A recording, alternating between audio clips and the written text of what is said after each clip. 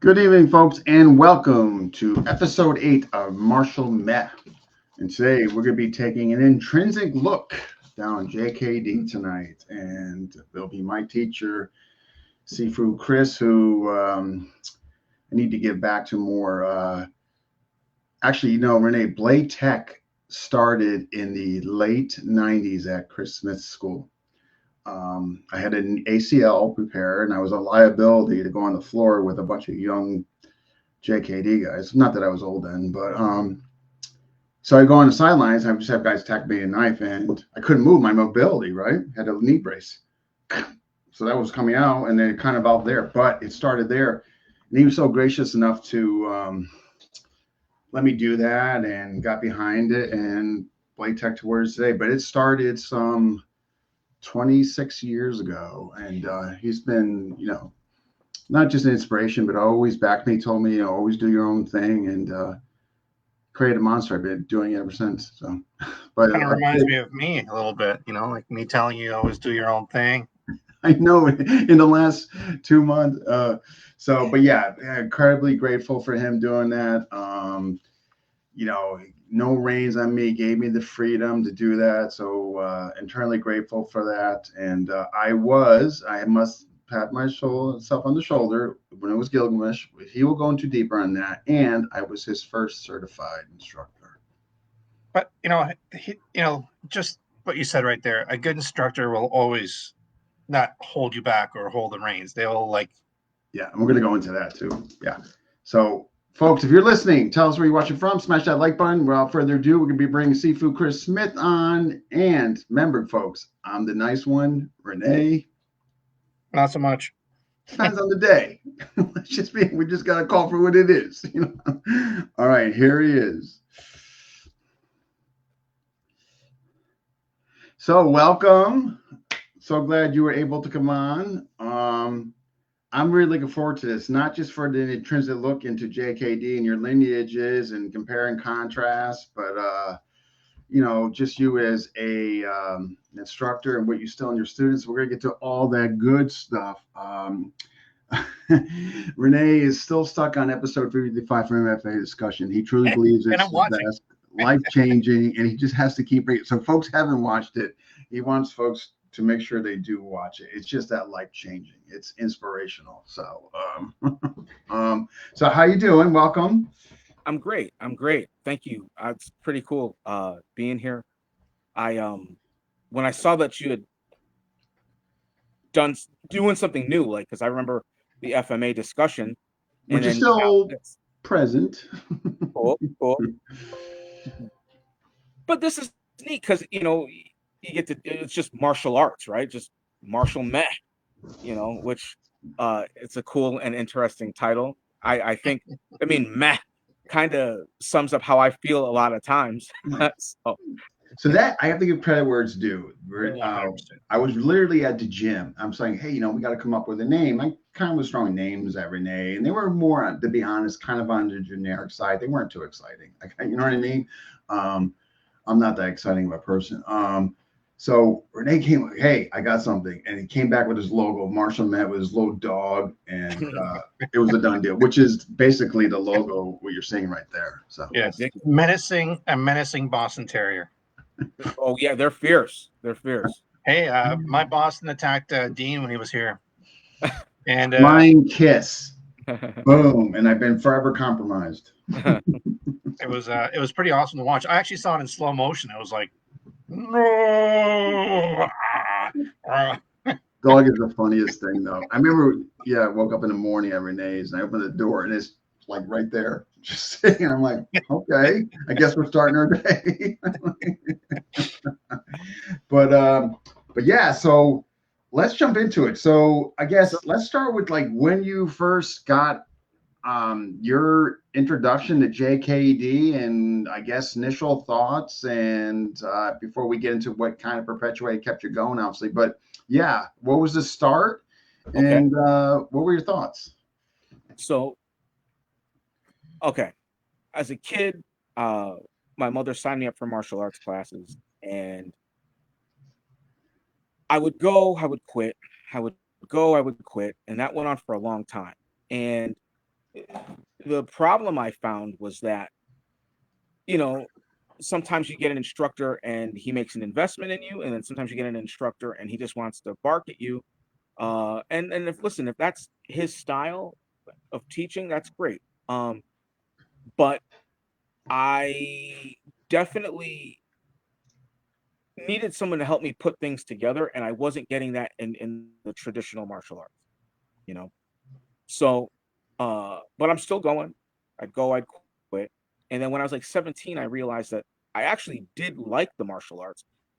I just really wasn't too into what I was doing, because I'm like, maybe I watched a lot of movies and I'm like, I should be able to like beat anybody, right? But I can't, you know.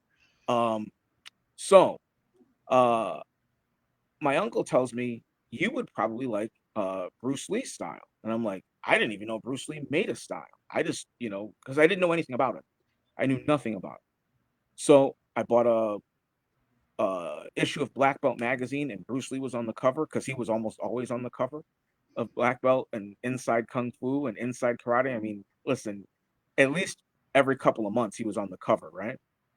So I did some research and I'm like, oh wow, this is pretty cool. It's called Jeet Kune Do, and it's um addressing various ranges and aspects of combat, and they're doing more than just punching and kicking. And okay. And then I started, but I also saw how, like, you know, some Jeet Kune Do instructors were mixing or were also training in the Filipino arts. And I'm like, okay, all right, well, I again, ignorant of all of it, you know what I mean? So, but I Chris, definitely wanted to what was do the timeline in this? this like around 1988, 89. Okay, so around the same time as me, yeah. With So, JP, that is. what ends up happening is I met a guy um in Connecticut, and he was advertising that he was teaching a seminar, and a Jeet Kune Do seminar. I'm like, wow, that's kind of cool.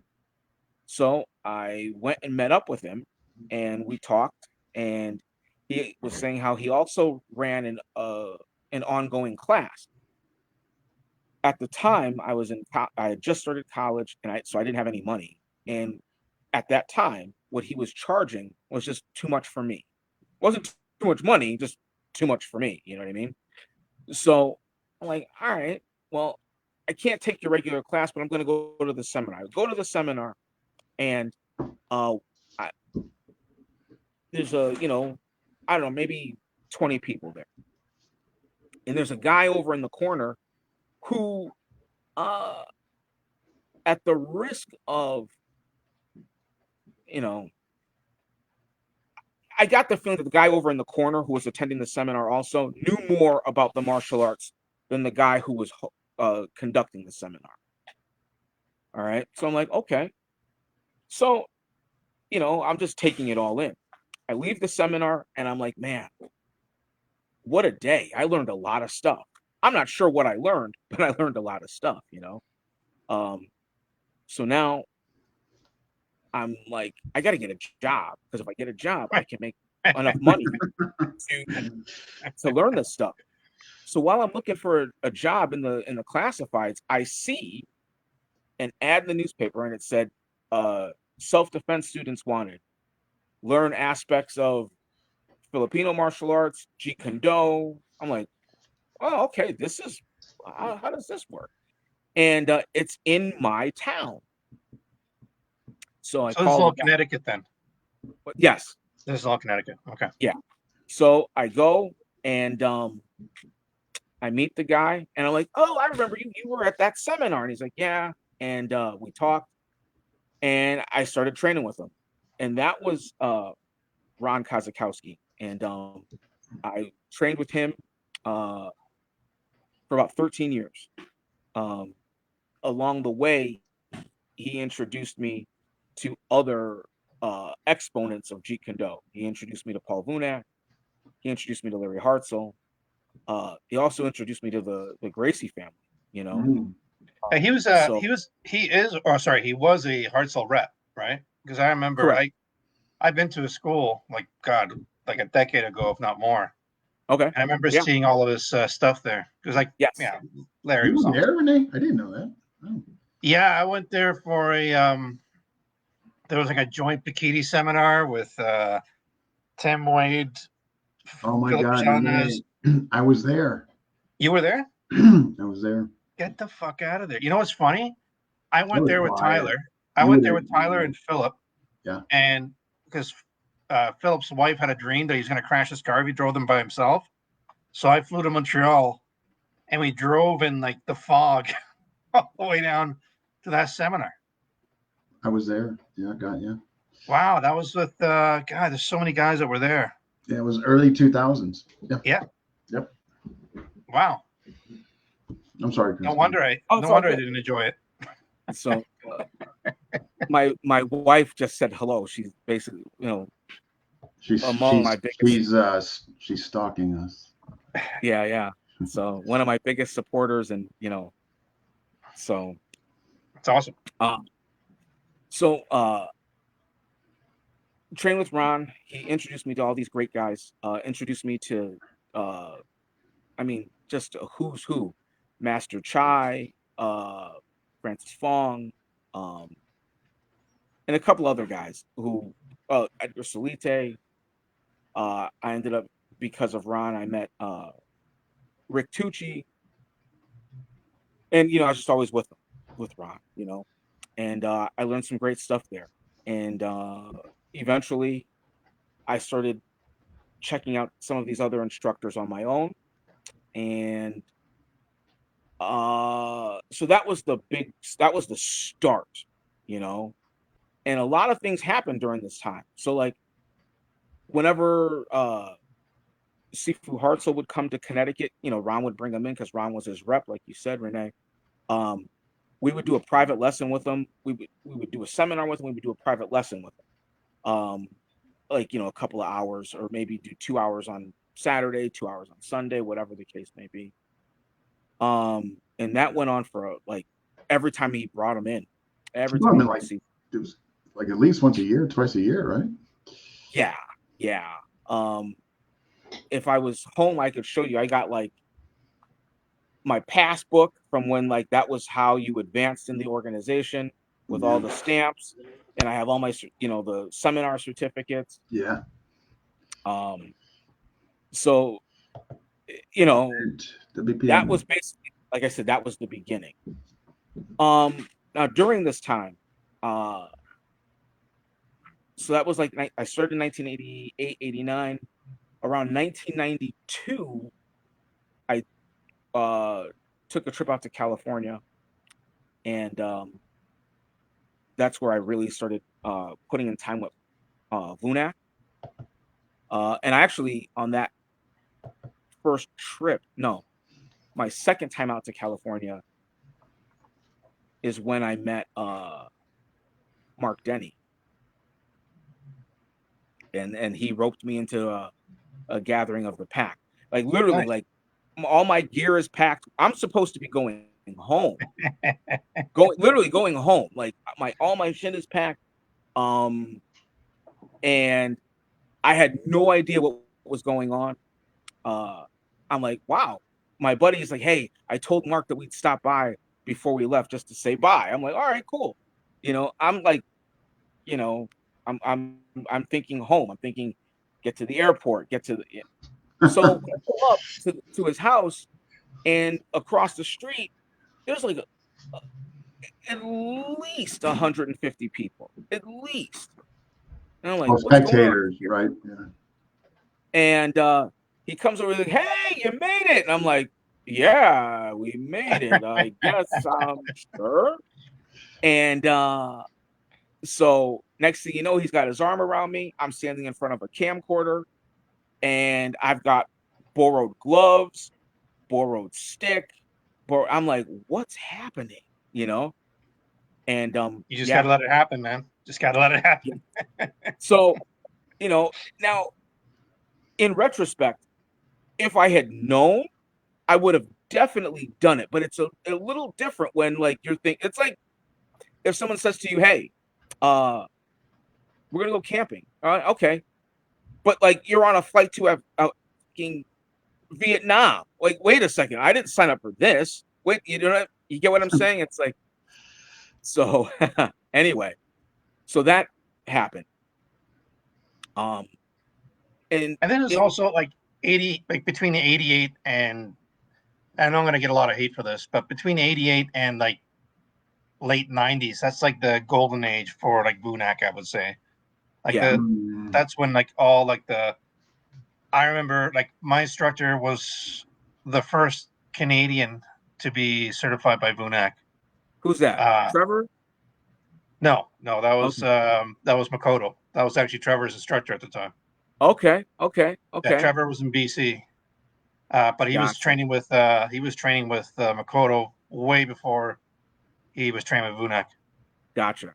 But regardless, yeah, he I just remember that was a whole different crew of people. Yeah, yeah. It's fortunate. You know, now, so a lot of this stuff overlaps because I'm just telling you how it pops into my head, So, during all these adventures and whatnot, I actually went to Sifu Hartzell's house for private lessons a couple of times, like, and I actually spent about 2 years out in California. Nice. And but I went there with no plan. I had no plan, none. Like, I just was like, hey, I'm going out here. I slept on a friend's couch, worked convenience store, that kind of thing. That's No the plan. best, man. Honestly, when I hear stuff like this, sorry to cut you off, but to No, me, no. that's like the golden age of instructors in many ways because a lot of us just travel the world, ate at dives, you know, we're living Yeah. off visa, um, Yeah. just to hang out with these guys. And half the time, I was lucky. The first few times I paid when I went out to train, but when these guys found out what I was, what I was spending, they were just like, just show up to class. As long as you show up, I don't care. And that's Yeah. the cool thing about these people. Yeah. So when you came back from California, though, you were still there because I met you. I met you at Ron's in the had to be 96, 96, 97. Had to be one of those two because I was, and then that's when you decided to open your own place. Yeah. Yeah. So, my last time with Vunak was in 96, maybe 97. Had to be around there because we were all thinking about going out there, but there was the big question mark whether or not he was going to be there. If he was there, to be quite honest, what version you were to get. I recall that because we were all going to plan a trip to go, and we kind of decided it just didn't materialize. Yeah. Sure. I remember when I went out there, and the funniest thing happened when my last time with him, he promoted me to a full instructor, and I didn't think it was going to happen. I was excited, but I didn't really understand the gravity of it. But the funny thing about it was when I did come back, people knew before, like, like, you know what I mean? People like, hey, congratulations! I'm like, And what are that's you like talking about? pre-internet Yeah. times. I'm like, yeah, Jeez. thanks. What are you talking about? Well, I heard, and I'm like, how'd you know? Yeah, but you have to, So you have to remember, like back then, like to be an instructor in martial arts, like it wasn't as common as it is now. Like we yeah, didn't have like I remember there was like maybe a half dozen Jeet Kune Do instructors in Canada, all over Canada. sure, Now they're a thumb width apart, right? yeah, yeah. Mhm. Um, in 96, I don't know if you guys remember, they had a thing where there was a gathering of a lot of Bruce Lee's original students. Yes, and it And that didn't was go. I guess they didn't go too well. Or Well, unfortunately, where there's martial arts, there's politics, and where there's politics, there's personalities and egos, and then you know, No. just add limited communication skills or poor communication skills, and then it's just a disaster. um, but they tried, right? They did try. So they formed the Junfan Jeet Kune Do nucleus. Oh boy. So now, and at the beginning, it was pretty cool, right? So like they were all there. Inosanto was there, Richard Bustillo was there, Larry Hartzell was there, Ted Wong, Steve Golden, Chris Kent, Tim Tackett, all these guys were there. And they got together and started trying to figure out a way to have some cohesion or unity. But again, the politics crept in and it Well, started to fall apart. I unfortunately, I lived through that whole shitstorm, and I think they just went about it the wrong way. Like we were under Inosanto, Vunak, and Hartzell, and then one day one of his reps, who none of us ever heard of, came up to us and said, "You have to do A, B, and C, and you have to follow us and do this now." And Yeah, our reply was, "You better leave now while you still can, because sure, sure. who are you?" So it was Yeah. that elite, like, and I think wasn't Linda like running it at one point too, or something like that. It was just So a I lot of mean, us were like, "Screw you." she got involved. I can tell you this, right? In the beginning, their intentions were good. But like I said, the politics and it got bad, it got ugly. Um, so each instructor was given each of the originals, you know what I mean, was given an 20 invitations. And they said, listen, we're gonna have this big summit up in San Francisco, and you can invite 20 of your students. You got to dispense 20 of these worldwide, nationwide, whatever. And I remember Ron got one, he went. Jason Silverman got one, he went. mm, Um, and they got theirs from Hartzell, right? I did not get one from Hartzell, and I wanted to go. I mean, I was curious, you know what I mean? But again, I didn't understand, what was really happening. I was young, and so I remember I was with Richard Bustillo, uh, and we were talking, and I said, "Hey, you guys have that big thing coming up," and he's like, "Yeah," and I said, "Da da da da da da," and I understand that you're only going to have, and I guess each instructor's got 20 invitations to dispense amongst all of his guys worldwide. And he's like, "Yeah," and he could tell, that I was like itching, pining to go, and he said, "Do you want to go?" And I was like, "Yes." And you know, I didn't think anything was going to come of it. Days later, there was the invitation in the mail, and I went, and it was cool. It was neat because you got a chance to see a lot of different uh, branches it's of gonna be a the. lot of different lenses you're exposed to. Wow. Sure, Was Jerry Petit there as well? he was, I believe. Here's the thing: there was so much going on. All right, I only had a chance to participate and check out certain people that day. Um, I was able to hear uh, and check out Tim Tackett, Sifu Hartzell, Segung Bastillo, uh, Steve Golden, who was pretty interesting. Uh, Ted Wong was there, um, and geez, again, this is almost. I mean, this is 1996, right? So a long time ago. Um, and then they did another one on the East Coast. When they did the East Coast one, it was just Segung Bastillo, Chris Kent, and Ted Wong. And that was neat. Just it was a little bit more in depth. You got to spend more time with each of those guys. Because the Hey, Tyler. inaugural event, they Hey, Tyler. only had an Hey, hour with each one. we have the roof is leaking at 1409. Uh-oh. Uh-oh. But Uh, just to Yeah, back up, 1409 is Chris, Vicky just called me. She's like kind of um, freaking out about it.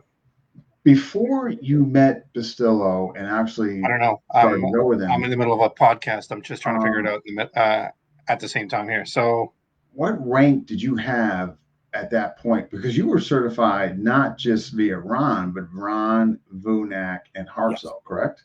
So I was an apprentice under Ron at the time, and I was an apprentice under Vunak at the time. And then a friend of mine that I met through Ron had brought Seagung in to teach a seminar at the Stanford Men's Club, something like that, in Stamford, Connecticut, you know. And I had just finished kind of taking a step away from boxing. I had been boxing for a while. And we're in this huge, gymnasium, and there's people all over, they came to the seminar. And he gave us a combination to do. And he goes, all right, and he would clack the sticks, and people would bam, bam, bam, bam, bam, bam. And then again, clack, bam, bam, bam, bam, bam. And then he stops and he's like, who's that making that noise? Because I was fast, you know. And he goes, was that you? And I'm like, yeah. He goes, do it again. Boom, boom, boom, boom, boom. He's like, can you go faster? Sure. Bam, bam, bam, bam, bam. Can you hit harder? Sure. And that was how we became friends. And at that time, he's like, you remind me of Floyd Patterson's son, Tracy Harris Patterson. And that's what he used to call me back in the day when he wasn't yelling at me.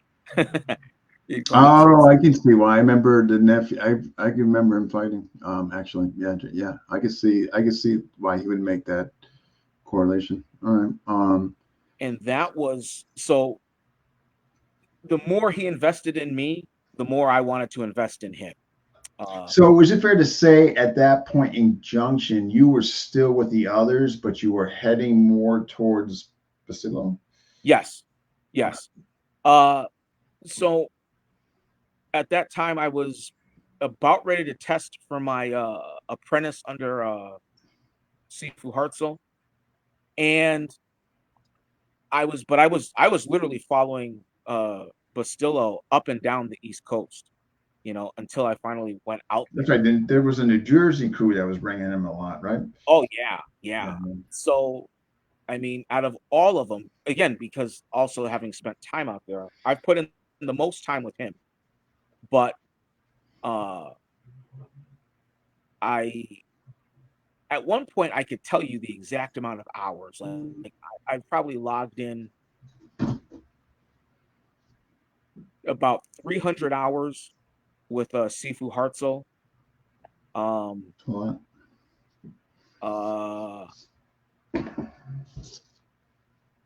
About 20, just short of 20 years with Sifu Bastillo. 13 years with Ron. And Vunak, somewhere like around 11 years. wow, it's a That's a long time. lot. If you combine that, 4 instructors, probably close to 70 something hour. I mean, 70 some 700 or Jesus, what am I talking about? 70 years combined. I mean, that's a lot. Yeah. That's what happens when you're hooked on the martial arts and you're not trying to have a real job. Here, because I eventually want to get to your first school, but before we do that, and because Renee also had a lot of experience with Larry Hartzell, so Sure. I guess like out on like who gave you? I mean, like obviously they had different teaching styles, right? Absolutely. That goes without saying. But what obviously, Renee can speak on this too. Sifu Larry, obviously the grappling, right? I Yep. mean, grappling association speaks for itself. If I'm not mistaken, Sifu Castillo more the the boxing, the Dos Paris, Ron, Sure. Asana blend, Vunak, That Asana that blend. whole that whole generation of instructors were just different. Mm. Like when you meet Larry Hartzell and you shake his hand, that guy's been to war. Yeah. Yeah. that guy's been in Literally. he's been in firefights. He's like he's told me some stories of the things that he's seen and everything else. It's like that dude has seen the dark side of war. Sure. So when he teaches, it's not because he wants to be your friend or anything else. He's reliving that moment. Oh yeah. Oh yeah. And and this is my beef with martial arts, is that you have instructors now who portray that message but have never been there. Sure. Like you went to private school, dude. Like I don't give a shit that you're a good boxer. That's cool with me. Like and I'm cool that you're a good boxer.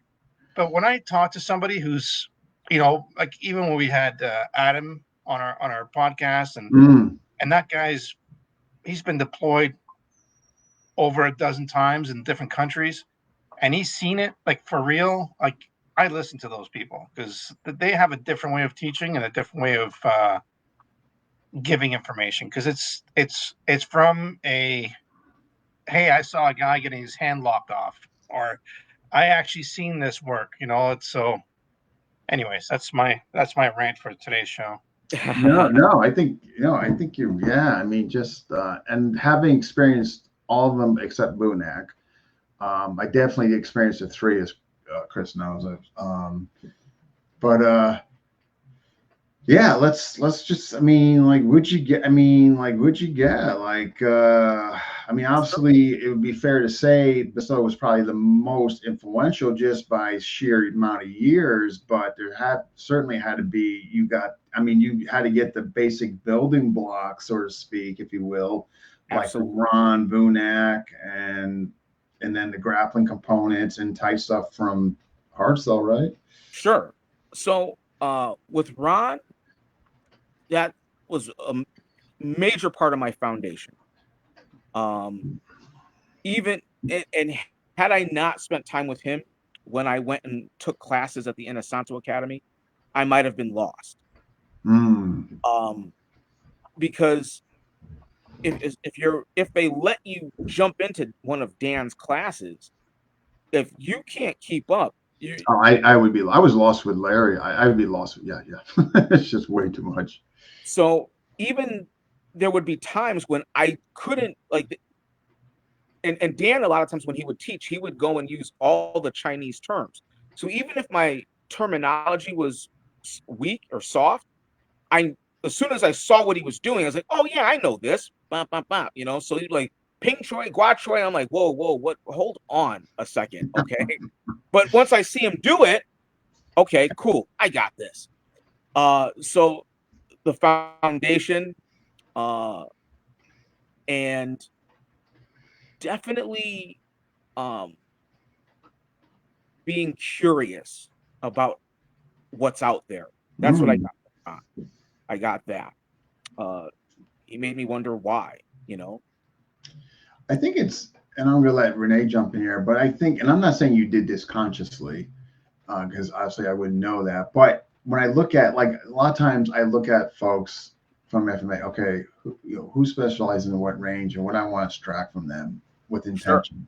So when I look at Ron there, they're kind of keeping along, the infamous, right hand lead, etc. And I Yeah. look at Larry kind of there, but then I look at Vasillo, kind of the middle, close via Yep. whether it be the boxing via Dos Parts. And I don't, in other words, I think we make choices like that, and We do. maybe without like over like thinking it, we just do on subconsciously. Is that something you think might have happened with you? Absolutely. Hmm. So, because with Vunak, that's where I learned how to street fight. You know what I mean? Like that is,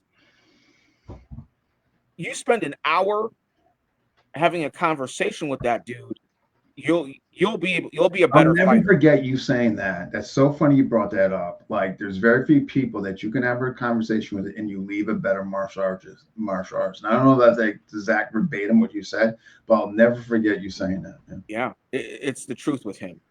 I think it's when you meet somebody who's an instructor and you realize they're just sizing you up. They're just sizing you up. And they'll make jokes and talk shit about, oh yeah, I used to do this, this, and this, and they look at your answer and then they decide whether or not you are who you say you are, or if you're just some guy who wants to train, whatever, right? Like, there's nothing wrong with both sides. I'm just saying, when I met some of these people, that's how I felt. Like, they were sizing me up. They were just like, why is this, why is this dude coming all the way from Canada to hang out with me and just talk, right? Yeah. And Get to that set. the one thing I'll say about, and I have to go back to Larry, because Larry he was a big influence on me. I'm not under Larry in any kind of way, but I hosted him here once, and we had a bunch of people that used to bring him here at least once or twice a year. When I watched Larry move, there was always an exit plan. Sure. So yeah, there might be I'm coming in to do this, but then there was an exit plan coming back out. Right on. And I don't see that with a lot of people now. No. I see a lot of people. It's like, oh, this is the move to get in. Now you're in a shitstorm. Yeah. And what's your plan, right? It's like Larry, when he moved, I just remember he would go in, put in work, and then he would be like, I gotta go, and this is the way I'm gonna exit. There's something else about him that I found inspirational, because out of all of them, and I'm sure they all did this in their personal lives and their personal training, but I watched him work on development and refinement. So during those early 90s, I remember he was starting to play around with the handkerchief and the sarong. And he would do some stuff, right? And it, in off time at seminars or off time at the Inosanto Academy. And I'm like, it's neat. And he's like, hey, throw a punch. You're like, okay. Like, it's cool. I'm not buying that. And then one day, he's doing it. Like, he's doing it real time. And I don't care what anyone says, jujitsu this, and it's, listen, and I'm a third-degree black belt in jujitsu, so I don't want to hear it. But I watched him get better. I watched him, and I know for a fact that if he's got a belt in his hand or a sarong or a handkerchief, and you make the mistake of throwing one punch too many, he's going to wrap you up. I watched him get better. It took years, but I saw him do it. You know what I mean? Like, real time against real resistance.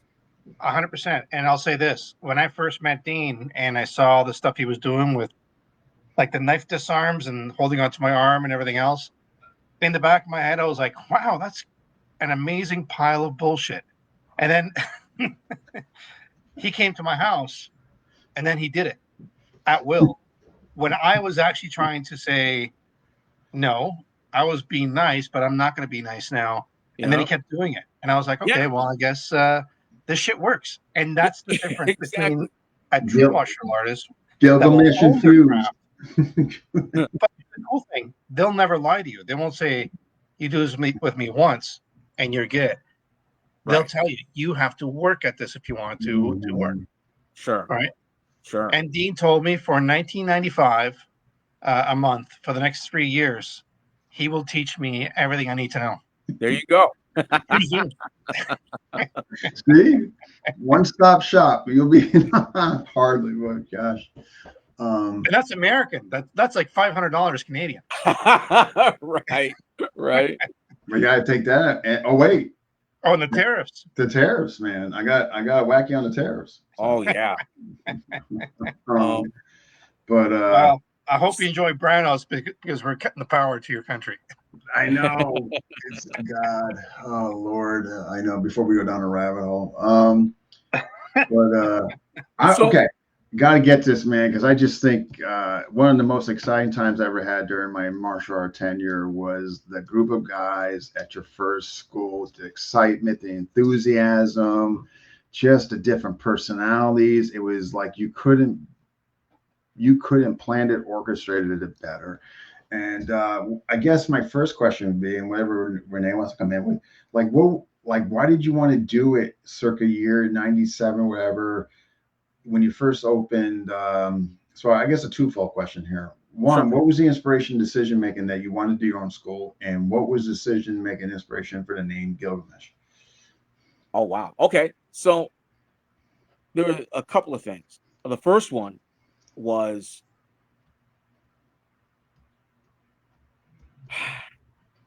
all right. So I was working for someone, and I was starting to really goof off on the job. I was just screwing up. And it was because of, the whole thing.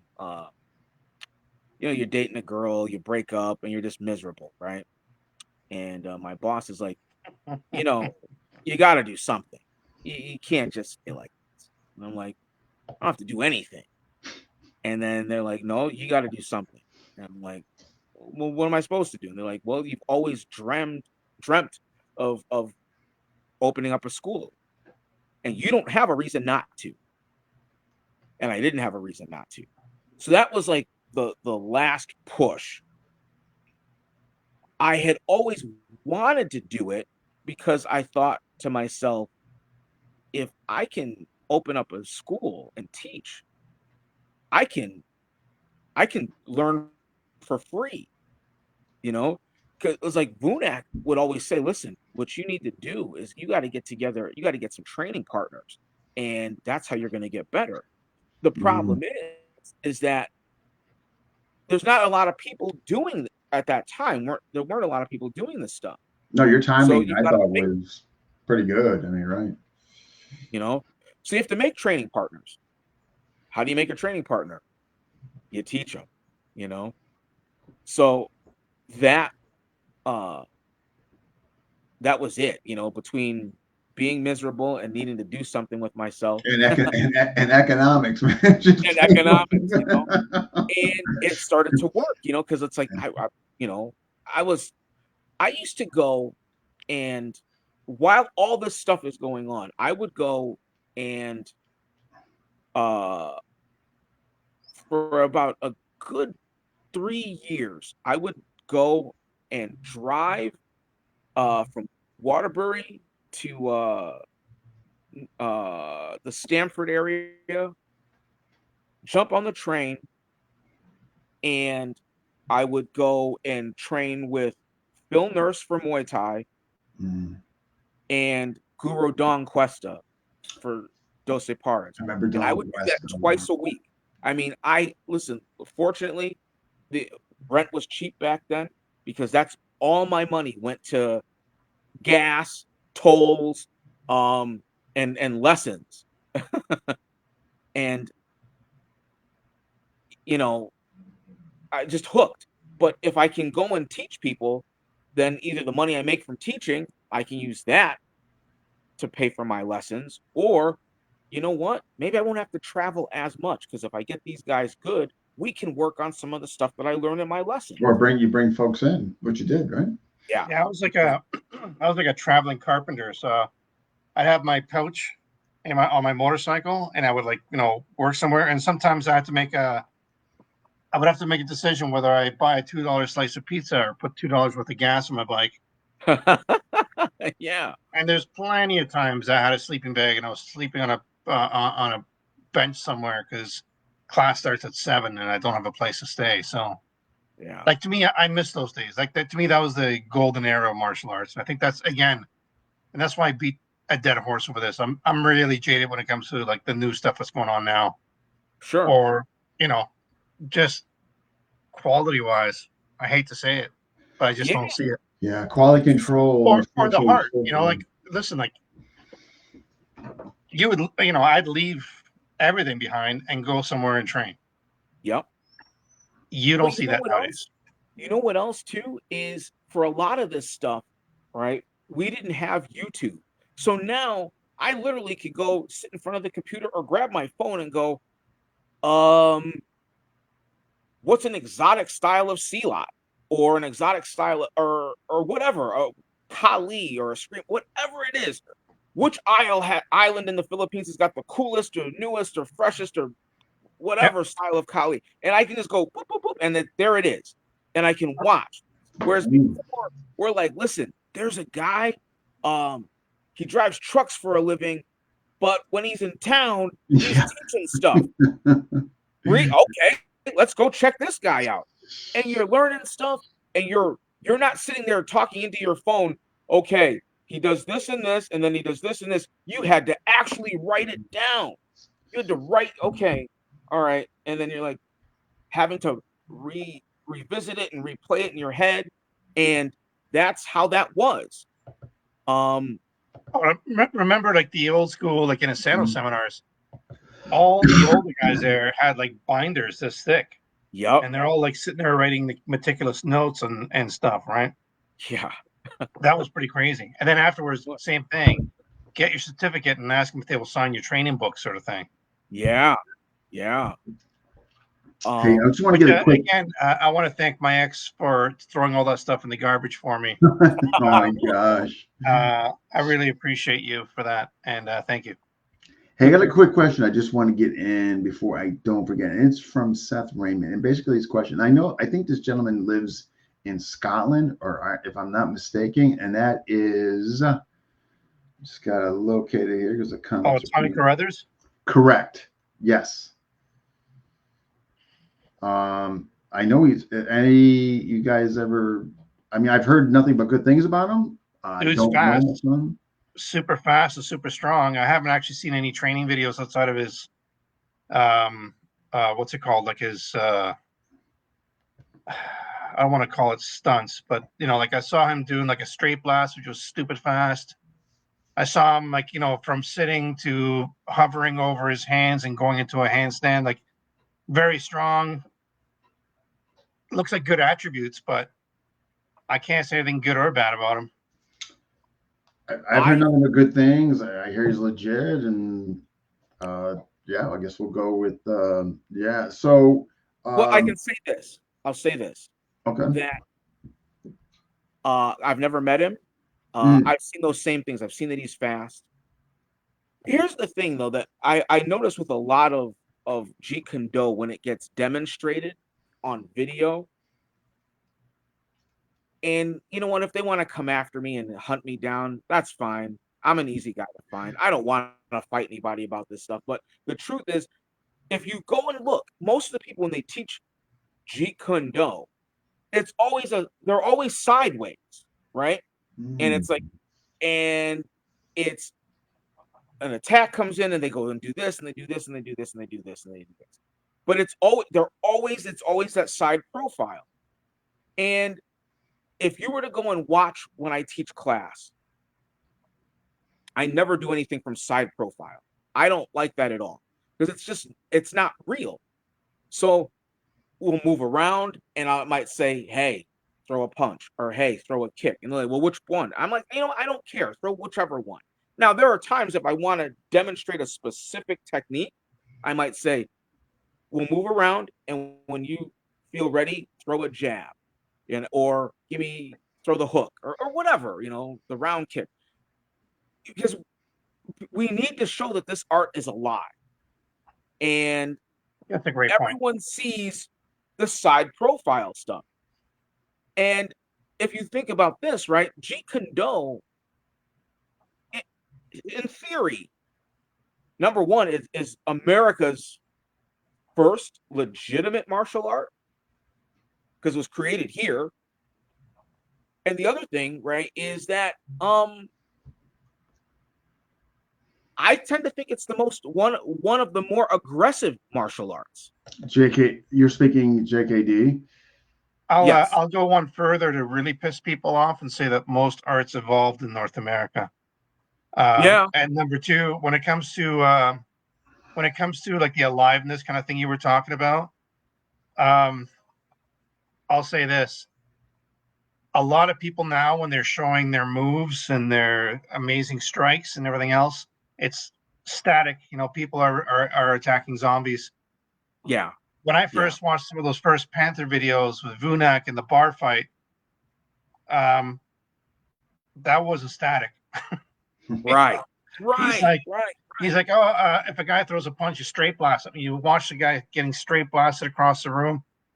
And I know one of the guys that got straight blasted, he wasn't holding back. He was beating the crap out of him. He was like, this works. This works if you do it this way. Yeah. And Yeah. a lot of the, you know, again, that's why I kind of gravitated to the Daw Brothers for myself, because it wasn't like, if, you know, you throw an angle one, and if you go like this, the stick will drop out of his hands. It's like, Right. it's like, no, the guy does that. You know, you do whatever you want. Like, just kick him in the balls or whatever you got to do, and then pick him up, slam him on the ground. And 9 times out of 10, they usually let go of the stick. And it's like, that, that actually makes sense. We gotta get back. We gotta get back to the school, man. Okay. School, sorry. No. There's all no. I said sorry, Dean. No, this is great. So, all right, first school, man. You open it up. Hold on. Before you wanted to know where the name came from. So I did forget that. Yep. So the first gym was called Gilgamesh. GILGAMESH. And a funny story about that. So when I first wanted to open up my spot, I was gonna call it Connecticut Combatives Club. And my landlord was like, no. And I'm like, how are you going to tell me what I can call it? But we were going back and forth, and he was just really giving me a hard time about that. So I'm like, all right, whatever. He's just not going to let it go. And, you know, I'm already moved in, so I can fight with this guy all the time about this, or I can just pivot and move on. So I'm trying to think of names, you know, Chris's House of Kicks and Punches. That was going to be it for a while. So I was watching, remember the Batman animated series, the Batman cartoon? Yes. So I'm watching that, and it was the first episode with Bane, right? So I'm watching this cartoon, and the experiment that created Bane, right? Batman's looking at a folder, and it goes Project Gilgamesh. And I'm like, I know that name. Okay. Know that name. Because I had heard it before. So I look it up, and he was a hero from mythology. And he was a Sumerian warrior. Some say he was a Mesopotamian warrior, but he was supposed to be the ultimate warrior. And I thought, you know what? That's what we want, right? We want to be ultimate warriors. We want to be able to do it all. We want to be able to fight with weapons. We want to be able to punch and kick. We want to be able to spar. We want to be able to fight in the street. We want to be able to fight on the ground. And that was where the name came from.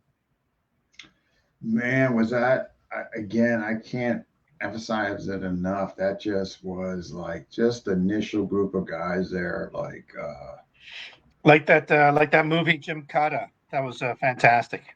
Yeah. So I'll tell you the reason why I dropped the name.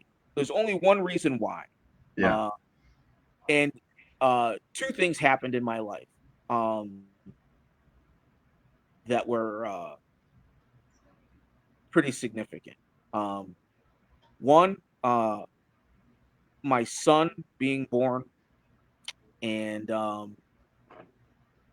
he when Richard Bustillo found out that I was going to be a dad, he gave me all this advice. He's like, make sure you take the class, make sure you do this. And then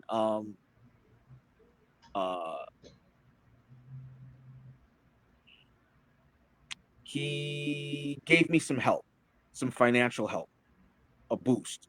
I'm not going to say how much because I don't want, people to get mad at him. God rest his soul. But he didn't have to do that. He literally did it just because. I remember it's when he came out that time. Yeah. That's what friends do. They take care of each other, right? Yeah. Mm-hmm. And I've been so I'm asking Dean for like money forever. He won't do anything. like, he'll come around. You just got to keep asking. He'll come around. He's like, fuck, man, can I borrow $20? He's gonna wear me down. So that's why I named my son after him. And then the next thing, the next event, my son has sickle cell disease, and he was getting ready to have a surgery, and he Sifu Bastilla put together a fundraiser, and all the money went to the kid, so Obviously a tremendous, figure, and what he's done for you. And I remember those days you mentioning. I know you never told me the amount. I didn't ask, but I remember him doing that. I'll be glad. I'll tell you personally, but like, yeah. But I just knew it was the gesture that was most important. You know what I mean? As Yeah. opposed to the figure. But getting there, like, what do you think? Like the dynamic of that. Whether I know it was Gilgamesh there. I know the name changed, but that initial group, those first 2 years, like, what do you attribute to just what manifested in there and the dynamic that you purposely or unintentionally or was organic that just came about? so it was a couple of things. I definitely was trying to prove myself, not in an arrogant way, but trying to prove that I could do this, that I could be an instructor, that I could You be on that. could be an instructor, run a school, have capable students. Yeah. So that was what you know my inspiration was. But then, every person who came through the doors, they just I'm saying this playfully, because they could be a little rough around the edges at times. But these are the people that just didn't fit, at most gyms. And the reason That's why they true. didn't It was a fit, bunch of misfits. Oh my yeah, God. it was. We just got, I never thought about that lens. It was a bunch of misfits. It was. But they all wanted to train. They just didn't want any fluff. No one Or the wanted. politics or having to wear a uniform. There was just a mutual dynamic there that even despite cultural difference, like misfits, whatever you want to call it, but everybody in there wanted the same thing, and they Yes. either had a bad experience previously or something. Yeah. I'll say this, like from my experience, from going to boxing gyms when I was a kid, they were kind of seedy and they're kind of rough around the edges because I like being in that environment, or used to, I should say. When I started training with Jeet Kune Do, I remember like I would pull up with my motorcycle to the club, and then I have to talk myself into going in Sure. because the people there were like some real badasses. Yeah. And I used to hate when people beat me up, and I knew I was going there to get beaten up. And I used to have to talk myself going in there. It's like I remember the first time I went to a grappling class where I was like, I'm about to get mashed up by a bunch of younger people, and it's going to make me really angry, but there's nothing I can do about it. So Sure. to me, that's part of the experience, right? It's like you have to get over that and go out there.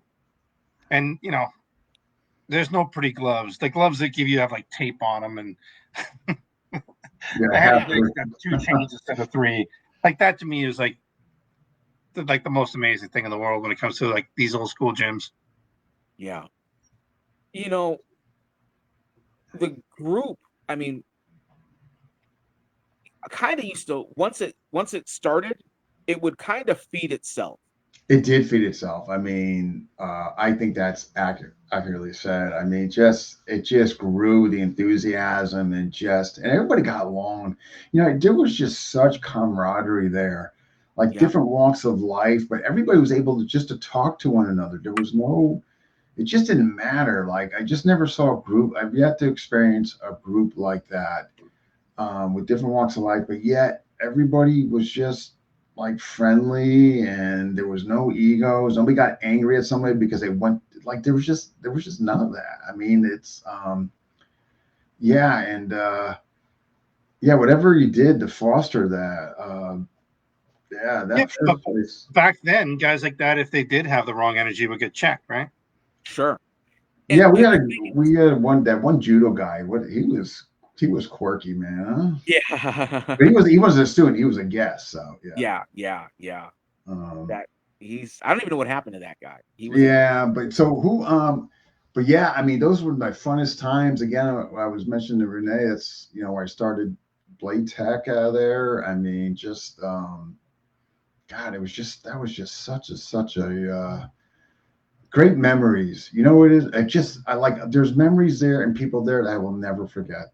Even though I might not see them, but sure. there's people there I will just never forget. Like that. There's just a brotherhood there. That Well, it's an awesome history, right? You started Blade Tech out of there. You yeah. started your OnlyFans. Like it, I think that's really. That I I mean think that it's really awesome. I didn't want to go into that, but since you brought it up, we can Yeah, go. yeah. Just check out Mean Dean on OnlyFans. Oh Yeah, boy. right? So, but there were some, yeah. But again, Oh, And hard you to know something, replicate. you would see this sometimes. So I can remember on any given night, all right, literally you'd have guys coming straight from work, sneaking out of work, and like I remember Scott Wilson would literally loosen his Scott tie, Wilson. and Oh, I next thing you remember know, him coming he's got a dressed up. helmet on. Oh, I know. I remember him You coming know? dressed up and quickly changing on the way to the back. I can remember it like it was yesterday. I mean, just oh wait, we got Missy. Oh my God, Chris Jim still runs that way.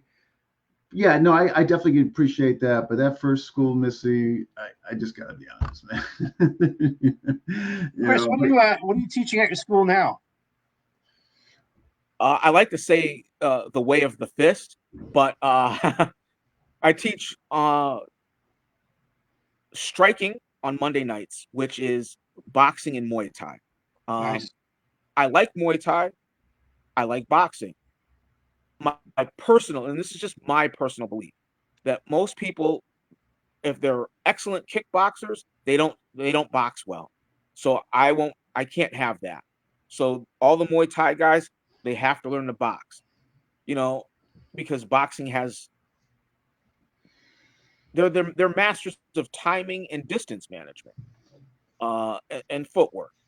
So the two, when you mix the two, I think you have a very potent striking art.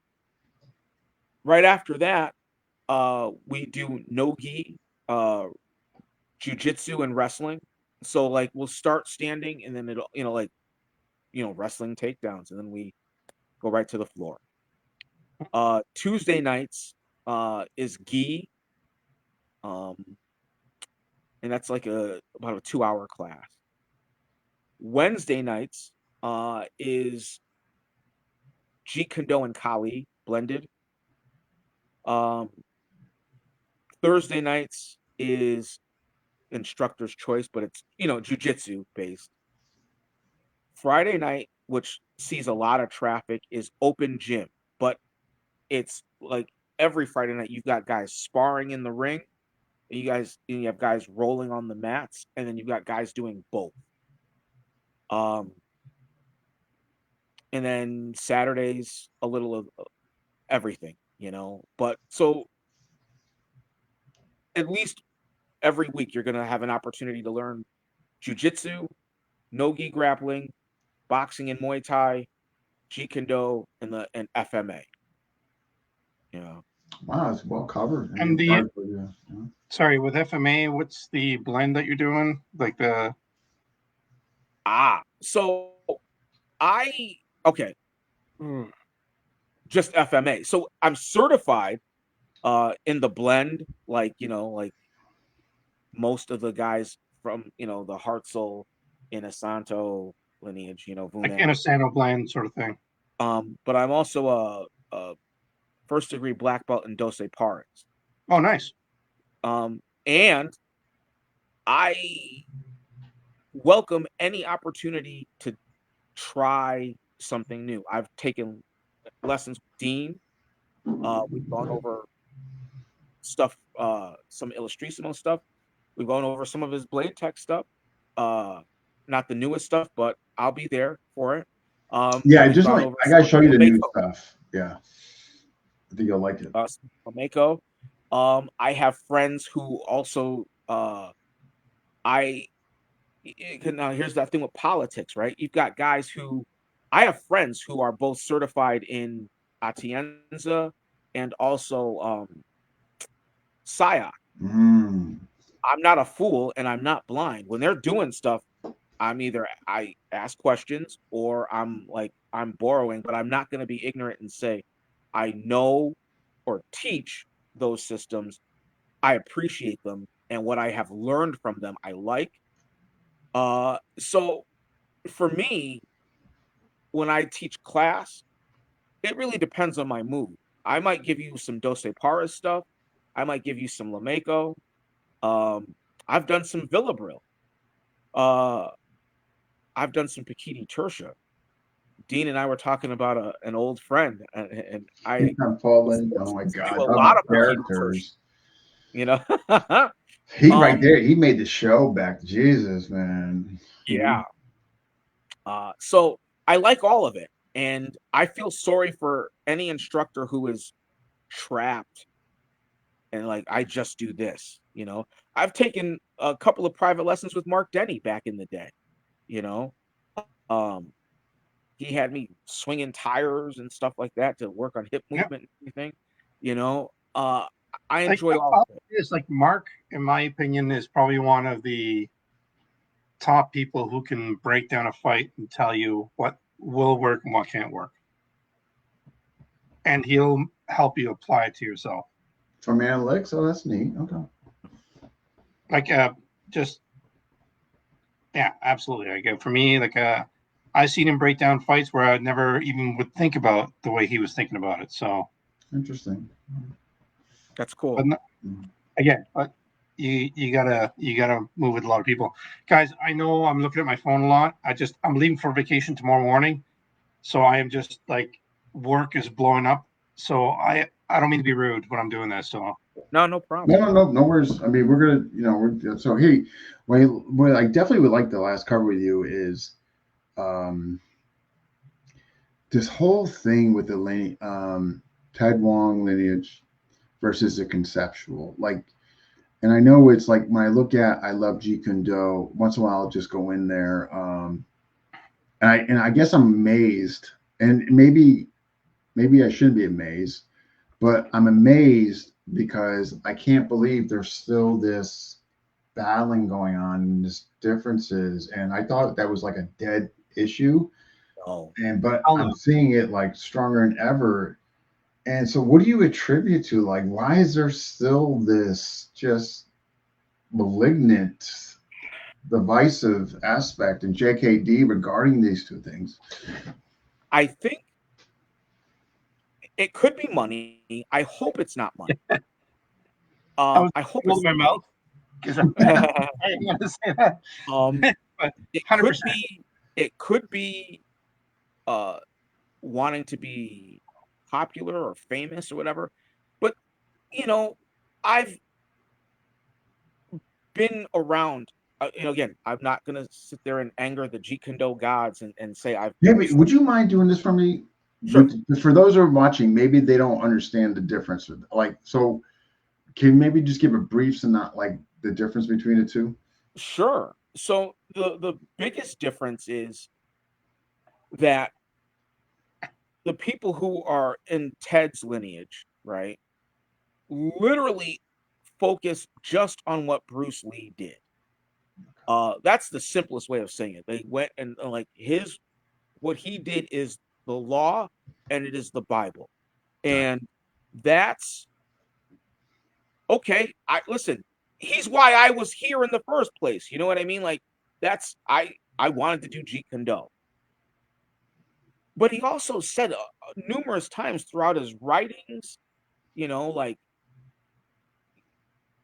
it's just a name. Don't fuss over it. He's, you know, talked about do your own research. So I think what Bruce did was awesome. Mm. But at that time, there wasn't that much out there. And you know what? And I do believe that if he were still alive, he would have evolved, but he's not. I think And when that's people fair go, to well, say. He would evolve. could he Yeah. be Conor McGregor? I'm like, come on, man, that's a dumb question. Like, you Yeah, but know, I think Jeet Kune Do evolved because of Guru Dan at this point. You know, like again, I'm not making friends by saying this. Like Guru Dan took up the mantle and he made things evolve in his perception of what Bruce was doing. And Mm. like, yeah, I think what Guru Dan has done is amazing to keep sure, that memory alive. But I got to be honest with you, man. Like, I've hosted Guru Dan twice, and it's amazing to me how much like how we had to actually protect Guru Dan from some of the people that came to the seminars because they were like, "What did Guru Dan have for breakfast? Sorry, what did Bruce Lee have for breakfast?" And you know, like they were just like, I actually had to physically grab somebody once and pull him off my truck where Guru Dan was because the guy was so like obsessed with Bruce Lee, yeah, and I was like, dude, like Bruce is dead. Like, and Guru Dan is keeping some of those parts alive, but the stuff that we're doing now is Guru Mm. Dan. Like he's really like evolved this. So sure. you got to learn when to let go. I would agree. And there's something else too that goes with that.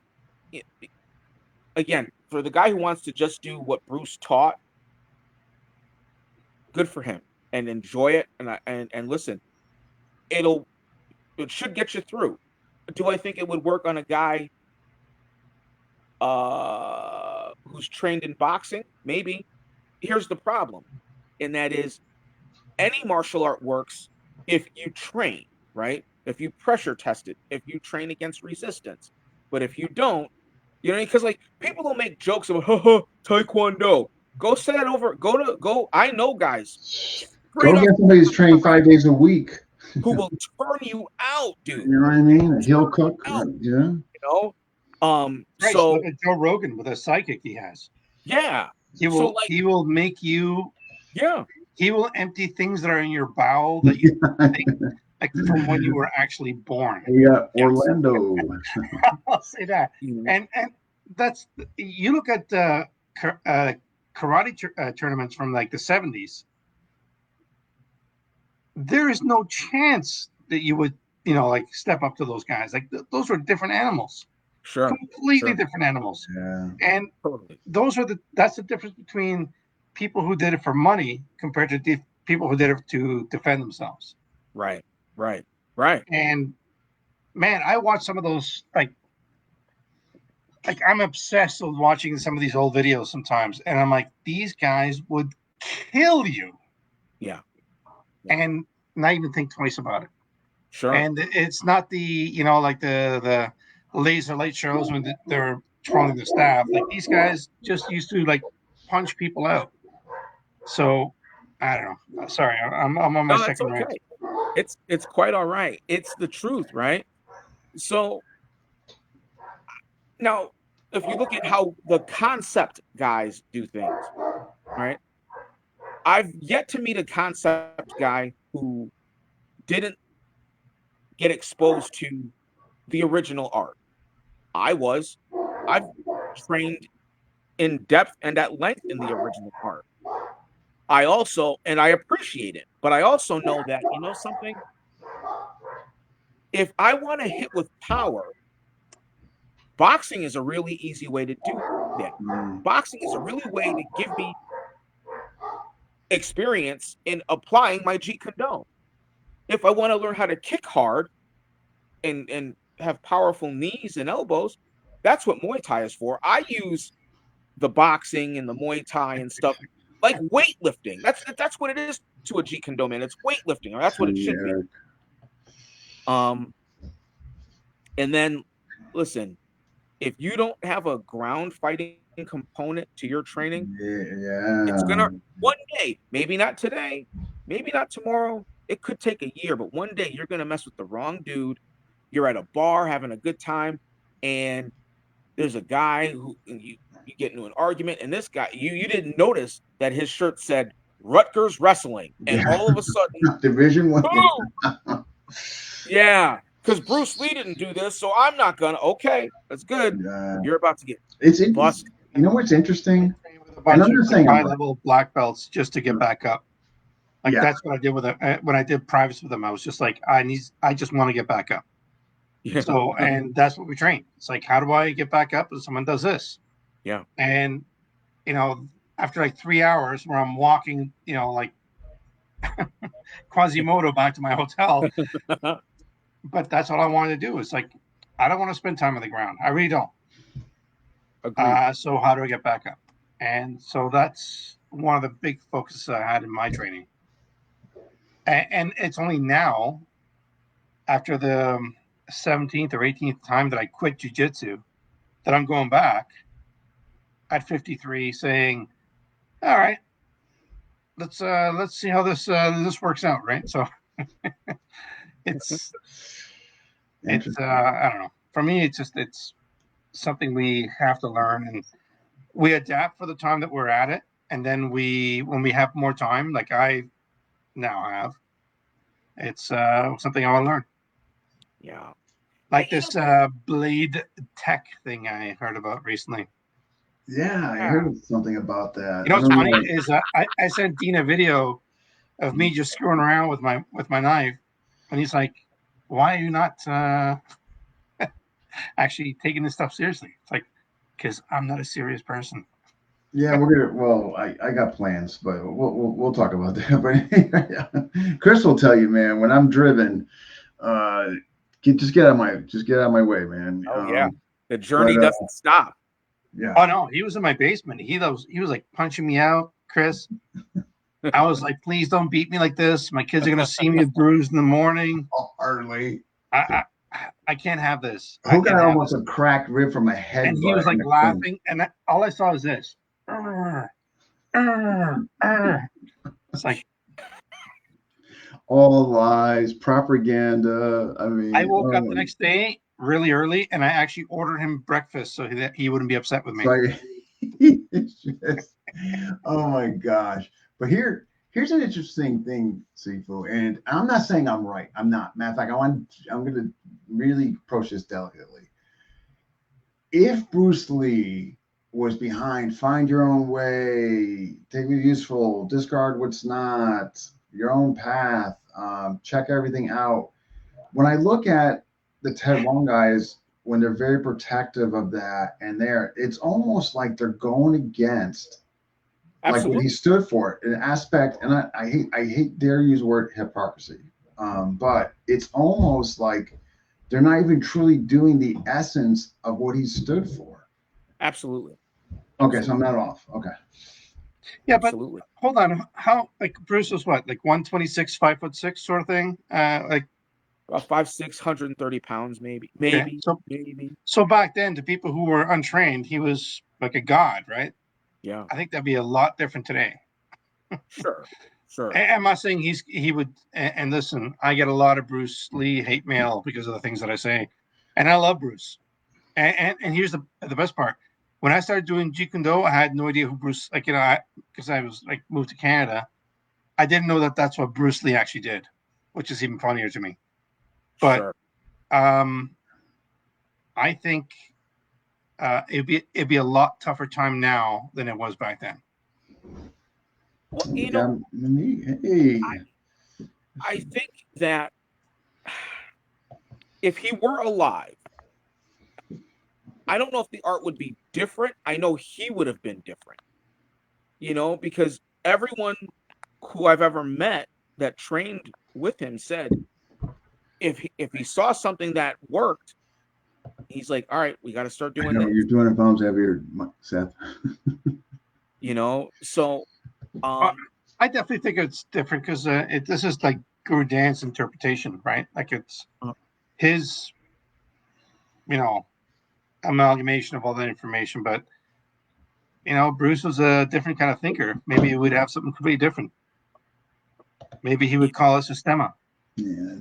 ooh, Yes. That's fair, Linda. I don't know if I can get on board with that one.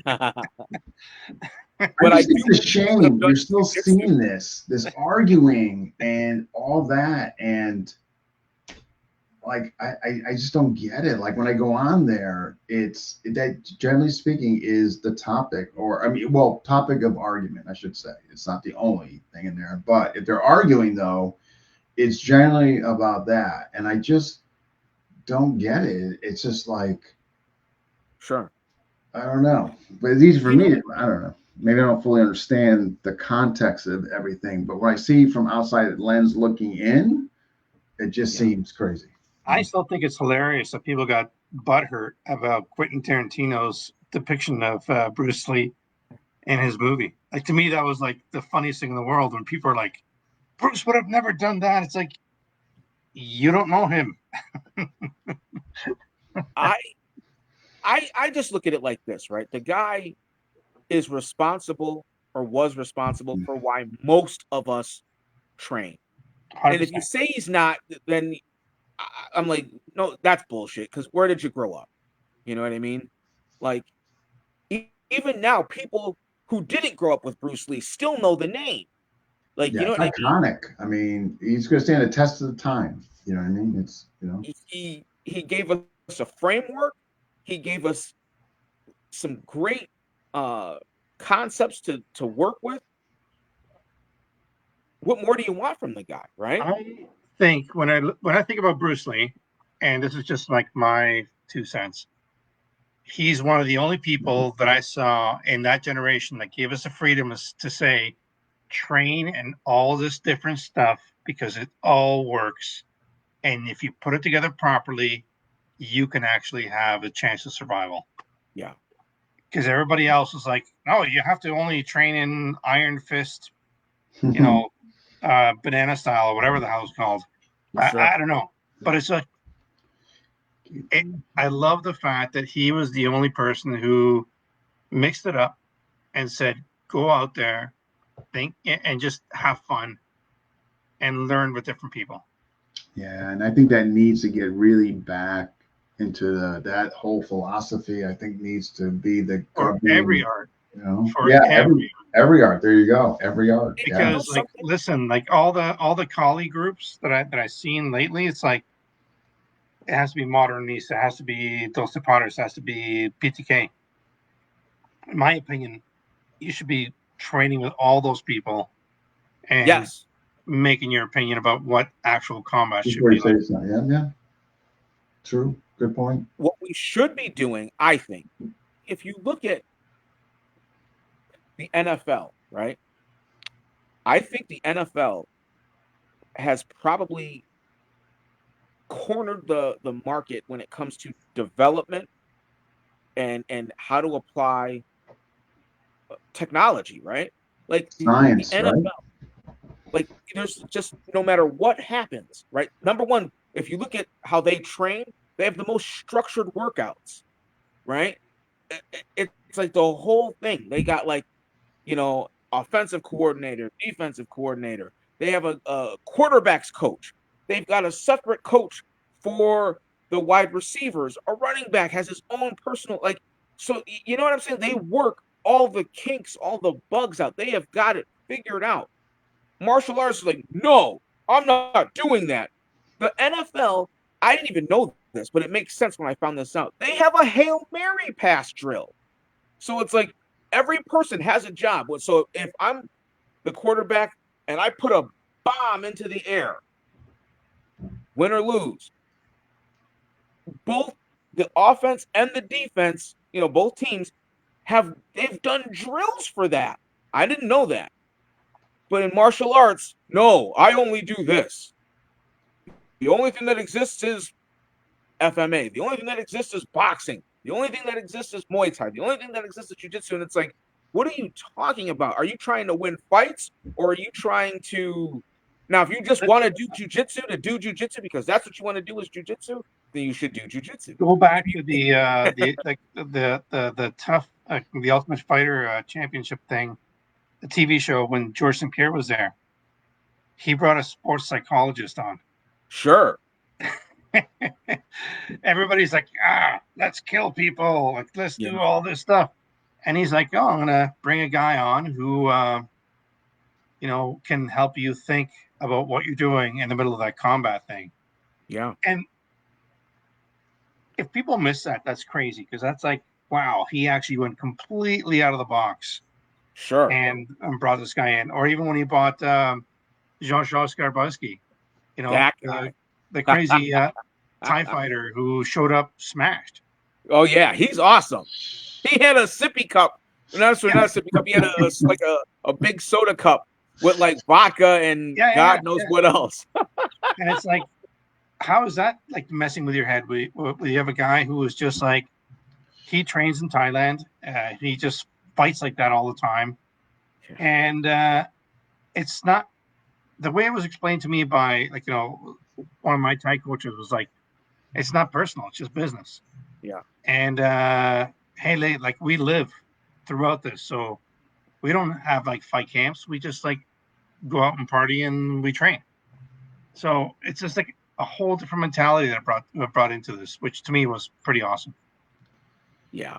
Speaking of that, before we wrap up, a kind of, I guess, few fun questions. Why did the Eagles win? I just want to hear. I want to see like why. I mean, I know why they won, but I want to. Sorry, the what now? Eagles.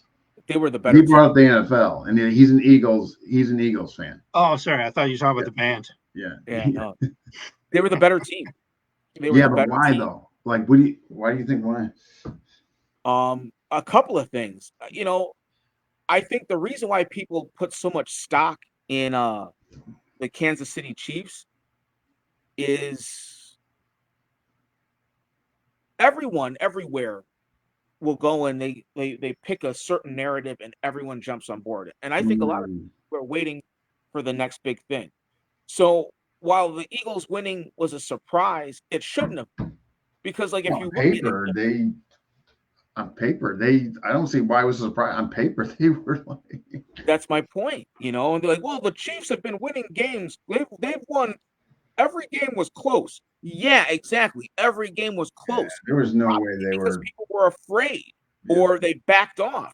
And there's no way they were being Philadelphia. I think they won, in my personal opinion. Just I'm just infatuated offensive line. I don't think they get enough credit. Eagles have three all pros on the offensive line: Dickerson, Lane Johnson, and the center who just freaking replaced Cam Jurgen. I mean, that I've never seen a center get the second tier and block. I thought he was a fullback one play. I'm watching him. I'm like, you got to be kidding me. That's the most athletic center I've ever seen. And to replace Kelsey and make it to the Pro Bowl, I know.